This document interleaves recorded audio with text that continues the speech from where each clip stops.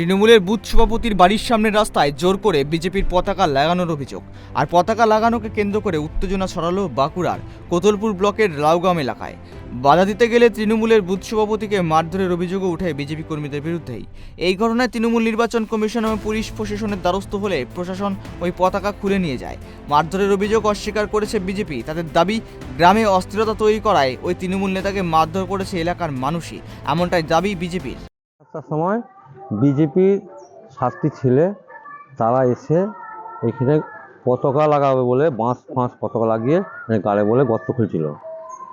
ওদের মধ্যে লিডার ছিল, এখানে বিজেপির নেতা ছিল প্রণব কোটাল আর প্রভাত দিগার, ওরা হচ্ছে নেতা।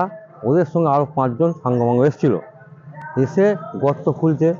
তাতে করে আমি নিষেধ করছি যে এখানে গর্ত খুলুনি, কেন আমার জায়গাগুলো যে গর্ত খেয়েছিল আমার জায়গা, তা জোর করে তারা শুনবে না, সে আমাকে মারধর করে জোর করে পতাকা কেড়ে দিলে। জয় শিব শম্ভু, হর হর মহাদেব। এটা সর্বৈব মিথ্যা কথা।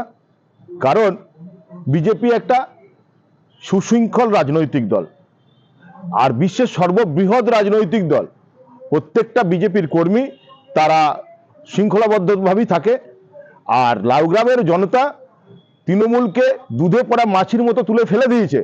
তারপরেও তারা তৃণমূল আশ্রিত কিছু লোক তারা ওই ধর্মীয় অনুষ্ঠানটাকে রাজনৈতিকরণ করার চেষ্টা করেছিল। আর সেই জন্যে লাউগ্রামের জনতা তাকে প্রতিরোধ করে এবং তার বাড়ির সামনে তারা তাদের যেই দলের ওপর আস্থা আছে সেই দলের পতাকা তার বাড়ির সামনে লাগিয়ে দিয়ে আসে এবং তাকে বোঝাতে চায় যে দেখ আমরা কি করি আর কি করতে পারি।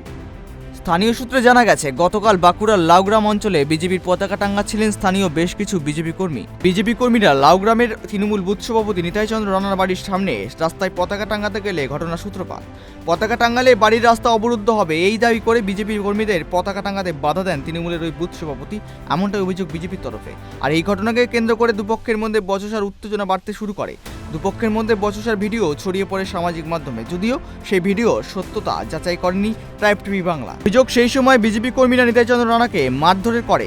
এরপরে নির্বাচন কমিশন তথা স্থানীয় ব্লক প্রশাসন এবং পুলিশের দ্বারস্থ হন তৃণমূলের ওই বুথ সভাপতি। লাউগাঁও অঞ্চলেতে আমাদের এক তৃণমূল পুরনো দিনের কর্মী এবং নেতৃত্ব তার জায়গায় কোনো পারমিশন ছাড়াই পতাকা বাঁধে এবং রাস্তা আটকে পতাকা বাঁধে ভারতীয় জনতা পার্টির পক্ষ থেকে কয়েকজন দুষ্কৃতী। সেখানে আমাদের এই নেতৃত্ব পুরনো দিনের কর্মী উনি বাধা দেন, তখন তাকে বাঁশ দিয়ে লাঠিপেটা করে এবং অকথ্য ভাষায় গালিগালাজ করে, মহিলাদের অসম্মান করে। এইভাবে বিজেপির কয়েকজন দুষ্কৃতী গুন্ডাগিরি করেছে।